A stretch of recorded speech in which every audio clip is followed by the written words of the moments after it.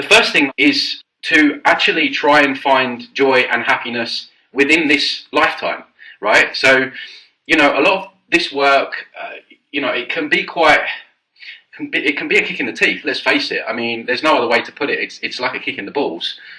You find out about this, and it takes some processing. Not only are people coming out of the new age, which is almost like a trauma, then you stumble into the fact that actually this is like a soul trap, and so then you've got to integrate and process that. So it feels like we're getting like double hooked. But it's important that we move through, as painful as it is, we move through what we need to move through, because the gold is on the other side, guys. Spiritual bypassing or just focusing on what makes you feel great is not going to cut the mustard in terms of getting us out here. What is going to get us out here is facing the stuff that we don't want to face. There goes the dog, right on cue. But that's taking me right off my train of thought. So basically, with all this information, we need to find balance, okay? We need to find the light in the world, and we need to do the things that we love and enjoy and be creative. We are, by our very essence, creative beings, and they know this. This is why they do so much to try and stop us from being creative. This is why they don't fund art anymore, and they've distorted this art with modern art, which is not art at all. So bringing back things like poetry and painting and music, proper music, not the trash that's out there now. So finding your creative spark, finding your creative essence, finding the things that make you tick, that put the smile on your face while you're here. For me, as you guys will know, I love nature, and I love the ocean and diving, and I often immerse myself. I go walk on the beach regularly, and so it's really important to have that mindset of, okay, I'm here. Hopefully this is going to be my last time around, because most of us at this point, I think, have accrued enough information to be able to exit. And I'm going to enjoy it. I'm going to enjoy it the best as I can, even though they're throwing all this mud at us and they've got all these plans for us. And who knows if they're even going to materialise, guys. I mean, 2 years ago, we all thought that we were going to need a passport to get into the supermarkets. And that never materialised, right? So we don't know how this is going to play out. So again, you don't want to lose hope either, right? That things are not written in stone. If they were written in stone, they wouldn't be doing all these things to censor and ban us and all this shadow banning and all this stuff, right? Because they know that this isn't written in stone. So there's still a lot to play for in this game, this matrix that we're in. So, spend time with the people that you love and make those connections and get outside and enjoy life as best you can whilst you're researching, whilst you're gathering this knowledge. Because they hate that. These entities, they hate that. They want you depressed and angry and sad, and because they'll feed on that energy. That's like caviar for them. And this isn't saying, look, just think love and light and spiritually bypass and toxic positivity. It's just let's find a balance and let's enjoy this while we're here, and let's make our plan to get out. So that's the very first thing that I would say. And to be able to enjoy this life, I truly believe that we need to be healthy, not only for enjoyment, because when we're healthy, we wake up, we feel better, we've got more energy. If we're eating the right food, like, I don't know about you guys, but occasionally if I have if I binge on something that's not healthy, I really feel bad like the next day. It doesn't make me feel good. And so, it's putting the right food inside of us, and, all these little hacks that we can do to help ourselves feel better. Because, again, not only do we feel better emotionally when we're healthier. Again, this system, it hates it as well. We know that they're trying to cull us all with what they're doing, and then they give us the solution, the problem reaction solution, which is their pharmaceuticals. So if we can get off those, be healthy, be strong. And I've got loads of content about this on my channel, and I've got interviews coming up now with people talking about diet and things like that. So there are solutions to all of this. So that's the other thing I would say, keep healthy. Sort of talking about clearing energy, and the big one for me at the moment is heavy metal detoxing. We are infested with this stuff. A lot of us, we live in places, in cities, where they're spraying us every day. I've got a free playlist there, a heavy metal playlist. You can listen to that every day. You want to be doing some kind of, activated charcoal or getting your glutathione levels up to clear that stuff out, because that fogs up your mind. And these nanobots that are in, they attack the organs in the body. So, unfortunately, we are in a warlike situation. We do have to do things to combat what they're doing to us.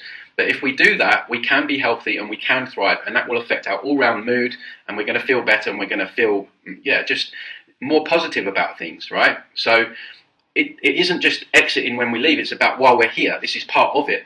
And I would add to that, the way I'm looking at this is I want to be as energetically strong as possible when I leave. So clearing things like cords and contracts and all this ancestral stuff.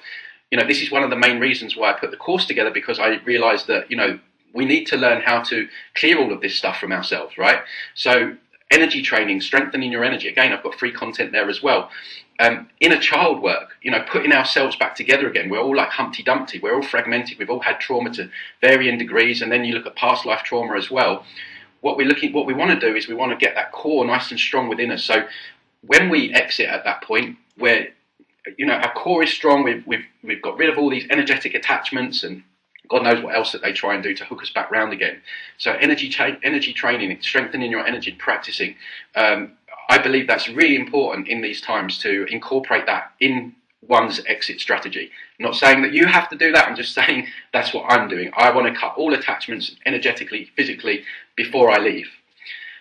Another thing that I would add is just emotional connections, because we know from the NDEs how they get used against us, and also connections to any matrix belief systems like religion, Christianity, because they will use those things, they will use those beliefs against you. So it's not to say disconnect from people that you love. I'm not saying that, and we have to be a hermit. Please don't misquote me.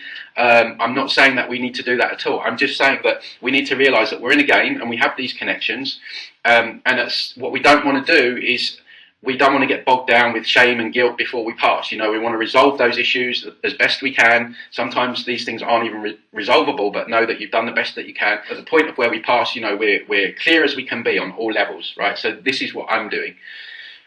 Now, when it comes to the actual passing over, and again, okay, so something else that I'm thinking about incorporating into my exit strategy is to learn how to lucid dream, because I think the more you become lucid and you become familiar with being in your astral body and working in that dimension and controlling your consciousness, because that's literally what is happening in these NDEs.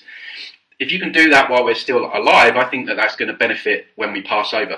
Be another tick in the box when that time comes, right? So you're not out of body and like, whoa, what's this? You've already had some kind of practice with lucidity and being in the astral. So at the point of death, it's very simple for me. My intention is very strong to leave. And I affirm that every single day. Every single day. And again, you might want to include this yourselves, not telling you what to do, affirming that when my life is done, I am leaving here. I'm not engaging with any beings, and I'm not engaging with any loved ones, any pets. I'm not engaging with any light, false light, whatever. My sole intention is to leave.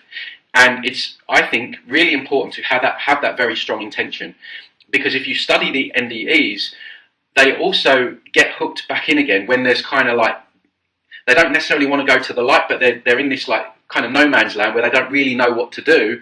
And then of course the Matrix comes in and it presents the solution. Oh well, why don't you come over here and we'll show you this? And there's your dead dog and your dead sister, and then all of a sudden they're back round again because they had those seeds of doubt. They weren't sure. So I believe that we have to be very sure, like 100% sure. I want to leave. I'm going. I'm leaving. And in that dimension, everything is instant. And again, I mean, I know this from clearing entities and stuff like that. It's everything's instant there. And the same applies when you research these NDEs.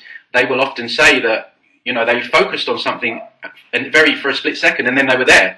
And so it's very much like that. You're in control. Imagine your consciousness is your car, and you're driving your car, right? So it's almost like we have to take control of the car at the point of death. It's going crazy out there now. At the point of death, this is no shit what goes on here. I'm not even joking you, right? So we're controlling the car, and we need to be very sure what destination we're going in, right? So I'm taking this particular route and I'm going, right? And I think once you set that strong intention and you're very adamant, I don't think that they can touch you. Now, what happens at that point is no one can say for sure. Some people talk of seeing like a grid, like a hole in the grid or something like that. I believe your subconscious or your consciousness will show you. So it's really, really important that we take control of the car and direct where we want to go. So basically, that's what I'm going to do. And yeah, maybe I can imagine myself creating some kind of like underwater world with dolphins and whales and mermaids and like all this kind of crazy stuff. So who knows what the possibilities are, but I would imagine there's hundreds and thousands of other matrices or other games that we could take part in if we wanted to. And I'm sure, like I say, we could create different worlds. And so So yeah, to sum up, I'm preparing now by enjoying life, keeping healthy, energy training, inner work, and that can even inner work can even extend into past life stuff. You know, I've gone into past life stuff, and you're putting yourself back together. You're putting that essence back together like Humpty Dumpty.